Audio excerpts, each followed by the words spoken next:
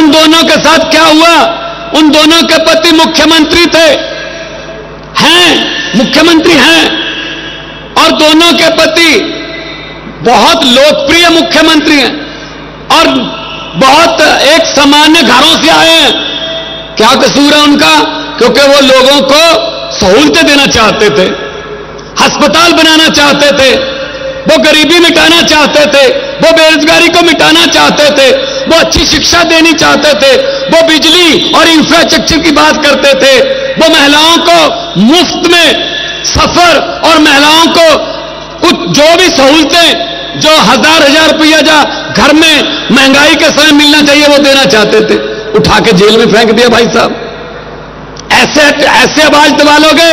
अरे अरविंद केजरीवाल को और हेमंत सोरेन को तो गिरफ्तार कर लोगे, लेकिन उनकी सोच को कहां कैद करोगे मोदी जी? ये 2 कुर्सियां खाली पड़ी हैं, ये 2 कुर्सियां खाली पड़ी हैं। मीडिया वालों को मैं कहता हूं क्लोजअप लेके रख लेना, ये खाली कुर्सियां ही बीजेपी की सभी कुर्सियां खाली करवाएंगी, देख लेना। इन्होंने समझ क्या रखा देश को? यह देश किसी के बाप की जागीर नहीं है, यह देश 140 करोड़ लोगों का देश है, देशभक्त लोगों का देश है। ये समझते हैं हम जेल में डाल के आवाज दबा लेंगे, हम जेल में डाल के पार्टी खत्म कर देंगे, किसी के एमएलए तोड़ दो, किसी के एमपी खरीद लो, किसी के खाते फ्रीज कर दो, सामने कोई लड़ी ना पाए। अरे भाई, अगर आपको मोदी की लहर पर इतना ही यकीन है तो हेमंत सोरेन और अरविंद केजरीवाल जैसे मुख्यमंत्रियों से, देशभक्त लोगों से डरते क्यों हो? डरते क्यों हो? और कसूर कोई नहीं है। 6 महीने बाद संजय सिंह जी को ईडी ने क्या कहा? 6 महीने बाद कहा हमारे पास सबूत नहीं है जी, छोड़ दो। ऐसे ही हेमंत सोरेन के बारे में कहेंगे, ऐसे ही अरविंद केजरीवाल जी के बारे में कहेंगे। बस ये डर है क्योंकि ये लोकप्रिय नेता हैं, क्योंकि ये जहां भी जाते हैं भाजपा का सुपड़ा साफ हो जाता है। ये डर है बस इनको, ये डर है और कोई डर नहीं। उनको मैं कहना चाहता हूं, भाजपा वालों को मैं कहना चाहता हूं कि हम वो पत्ते नहीं जो शाख से टूटकर गिर जाएंगे। आंधियों को कह दो अपनी औकात में रहें। ये दोनों बहनें हैं हमारी, और ये दोनों आज बैठी हैं और कॉन्फिडेंस से बोल भी रही हैं।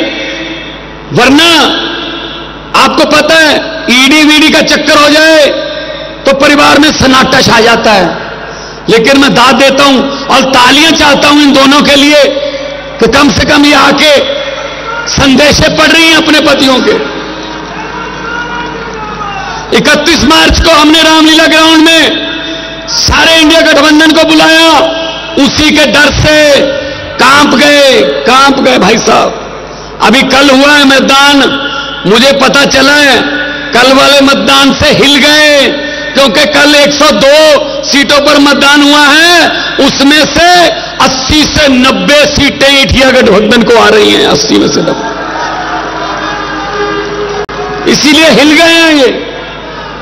तो हम तो जेल से डरने वाले लोग नहीं हैं, हमारी तो पार्टी आंदोलन से निकली थी।